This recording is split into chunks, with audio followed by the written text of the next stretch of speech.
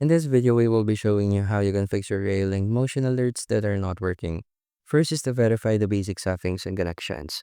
In the Reolink application, you can go to the camera settings and click on the push notifications, ensure that the main switch is toggled on. Check your phone system settings to make sure that the notifications are allowed for the Reolink app.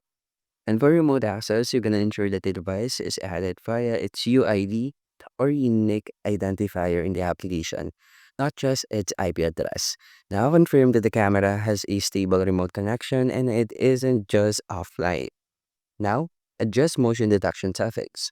Increase the sensitivity or fine-tune the AI detection settings, for example, or for person, vehicle, or pet, if it is missing motion.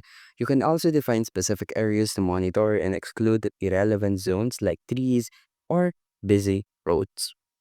And that's how you can fix if your Ray Link motion alerts are not working. And thank you for listening.